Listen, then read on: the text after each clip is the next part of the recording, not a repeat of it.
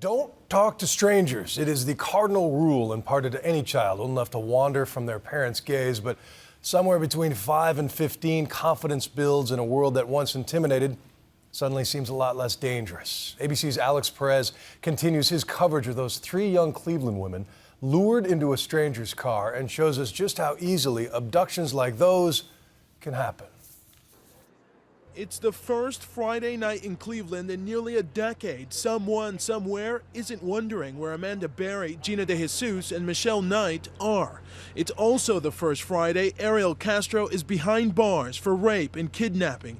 Today, DNA proved definitively he is the father of the 6-year-old girl born while he imprisoned these 3 women. Michelle Knight, the oldest of the 3 victims, was released from the hospital today. Like Amanda and Gina before her, she's asked for privacy to start healing.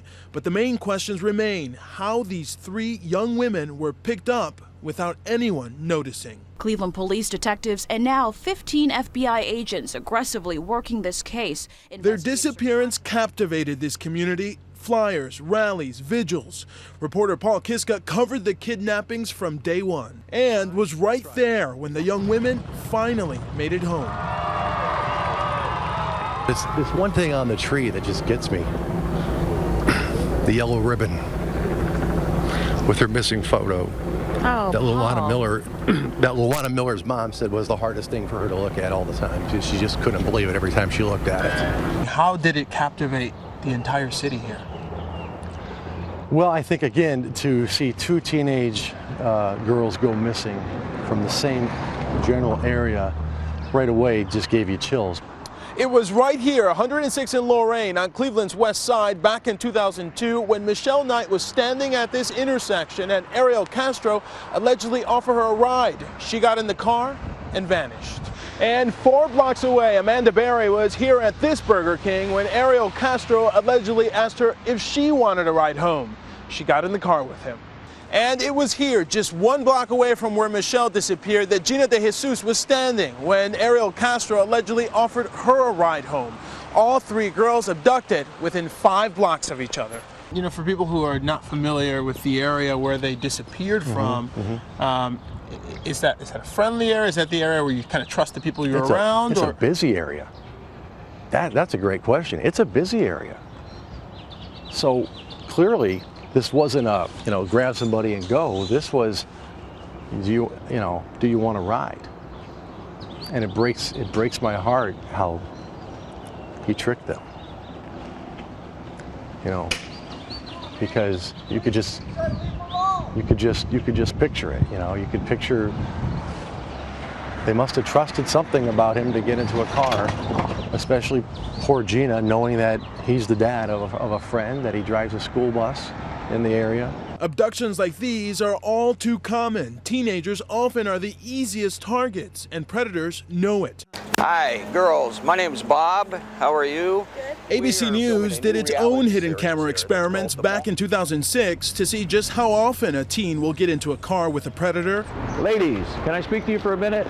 Bob Stuber is a safety expert posing as a police officer. He shows us how within less than 60 seconds, these teens will get into his car without asking one question. Are you walking down that way? Yeah. Give us a minute. Stand over here. I'm a police officer. We're making an arrest right in front of that van over there. Come over here. The teens do exactly as he says. And the police dog is out. So here's what I want you to do. Stand right here. If you see this dog, it's a German Shepherd, come running up the street. Jump in this car real quick. The 2 teens are now standing right next to his car, exactly where he wants them.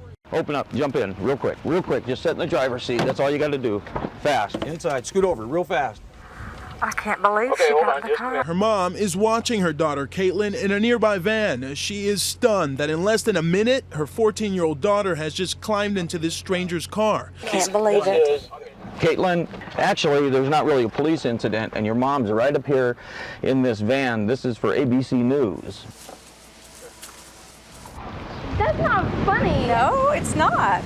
Try to be as honest as you can. What did you really think? I seriously didn't think you were caught. Okay, that's good. But why did you go with me? This is important. I don't know. What is it that makes this teen do everything she had been taught not to do? If you really don't know what to do, you're going to do what I tell you to do, and that's exactly what happened. And I had you all the way in the car. Cleveland police believe Ariel Castro captured all 3 of his victims by luring them into the car. Next, Bob plays a would-be kidnapper, setting himself up as the hero. He lets the air out of this 18-year-old's tire while she's in the mall shopping. She doesn't even notice she's got a flat tire. You got a flat tire. You got a flat tire. Right here. Bob is using the Good Samaritan ploy, where the kidnapper appears to be the guy who has come to save the day. You want to use this? It'll pump it up in about 2 minutes. Thank you so much. No problem. I want to back up and put right here so I can put it in my lighter. It'll work in yours. It won't. So give me 1 second. Before she even thinks about it, JC will get into his car. If you put that in my lighter, there's 2 lighter slots. Either one should work. And the keys, you may have to put the key in and turn the ignition. Try just the lighter first. And tell me when it's in. Bob now has his next victim. Now, had I been a real predator, I would have got in right behind you. You would have looked up, and there I would have been right behind you, and I would have just moved you over. I would have taken off, and the door would have shut as I'm driving. Boom. We'll be out of this lot in just a matter of seconds. I was thinking the whole time I shouldn't get in. Mm-hmm. But you did. But I did. That's the important thing. Why do you think you did? Because I didn't know what else to do. The good news is that half the teens we approached did not get into the stranger's car. I don't think so. You don't think so? I don't want to.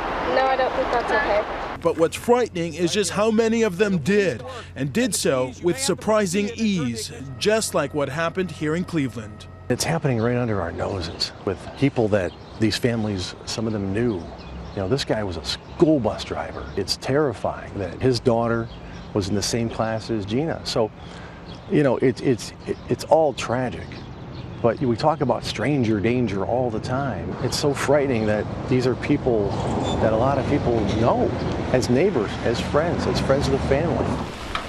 Tonight, the infamous house on Seymour Street is being boarded up, covered up this time to protect evidence that can be used to prosecute Ariel Castro, not to hide the secret horrors that Amanda Berry, Gina De Jesus, and Michelle Knight endured behind these walls. For Nightline, I'm Alex Perez in Cleveland.